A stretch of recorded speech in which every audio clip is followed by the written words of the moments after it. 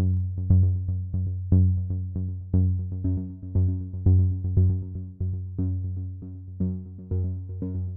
may know that American public education is being plagued by over-standardization. It's debilitating, stifling, and frustrating for everyone involved. Over-standardization simply refers to America's recent attempts to regulate education through Common Core standards, Race to the Top, and the No Child Left Behind Act, as well as their more recent affinity for the implementation of standardized tests. These measures of over-standardization are often suggested with good intentions in mind. For example, the regulation of education seeks to make transitions between schools easier, as well as the transition to higher education. Also, these measures often purport to get X students to achieve Y score by the year 2020, for instance. Former instructors Mary E. Dietz and Jacqueline Grenham Brooks seem to agree with me in that they criticize Common Core standards in terms of aiding in student learning and promoting teacher professionalism. These authors have a pronounced affinity for a type of learning that is greatly captivating, capable of being tailored to the needs of individual students and to the styles of individual teachers, one that puts legitimate understanding and a zeal for learning above test scores and ranks.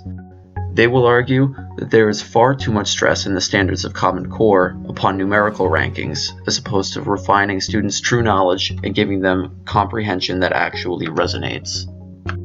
This emphasis on testing and learning regulation has turned into measures of homogenizing education, essentially trying to teach every single student the exact same thing in the exact same way. It would seem that the cons largely outweigh the pros in this situation, and I would like to argue that, per the visual, overstandardization is a lot like trying to fit a square peg into a round hole. It's just not going to work.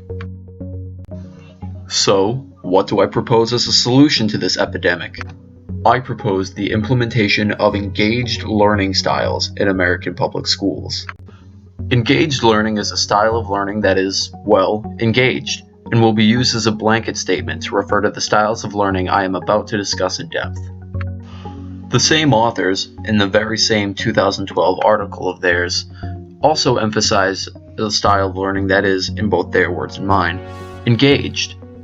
They talk about real-life examples of teachers such as kindergarten instructor Chris Lozan. His kindergartners one day took interest in the source and function of a hole in the ground they found outside, and so they would discuss the source and function of the hole. Another real-life teacher, Lindsay McCabe, was said to have vigorous academic conversations with her middle school-aged pupils about, for example, banned books.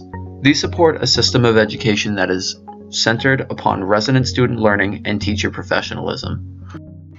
Authors Cynthia J. Miller, Jock McNear, and Michael J. Metz discuss an active learning style versus traditional lectures in professional level courses in their 2013 article. Active learning is a student-centered teaching technique that uses various interactive, multimodal strategies to create a more engaging classroom setting compared with traditional didactic lecture, according to the article. Their article discusses a study conducted at the University of Louisville School of Dentistry concerning the effectiveness of these engaging lectures versus traditional lectures. The engaging courses would include broken or interactive lectures with frequent breaks in which students may take part in activities, discussions, small assignments, etc., so as to, in their words, improve student performance, increase alertness, promote engagement, and allow immediate application of course material.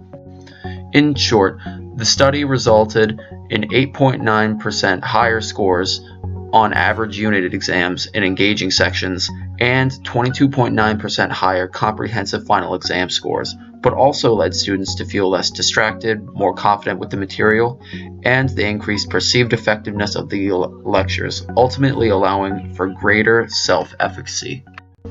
Subverting the Master's Syllabus by teacher Patrick Mangian frequents a style of teaching called revolutionary teaching. This approach involves teaching that focuses upon the culture and backgrounds of the students being taught, is relevant to and takes into consideration their individual living circumstances, and the objective of which is to empower disadvantaged, deprived, or impoverished students so that they can attain a higher sense of individual achievement.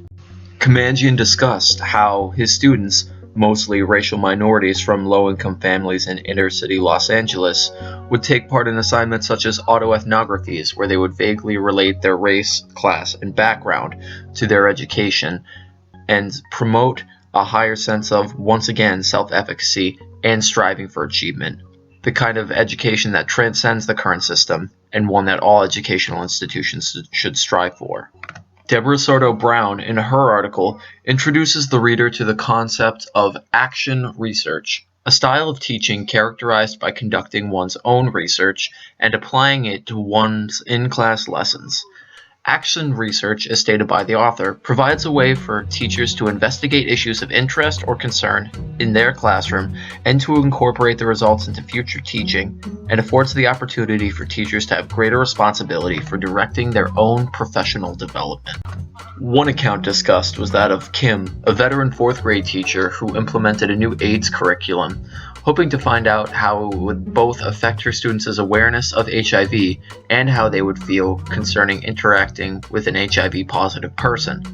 Given her 2 research questions, Kim found that her students' post-test scores improved by 88% compared to the pre-test scores, and also that they displayed much more sensitivity towards people who are HIV positive as per journal entries than before the AIDS curriculum was implemented. Not only that, but 75% of her students following the curriculum displayed proficiency in safely controlling bleeding on a dummy, a highly practical and impressive skill for 4th graders, which speaks volumes about the effectiveness of action research. That about sums it up. I hope you enjoyed learning about what very well may be the solution to overstandardization and the future of American education.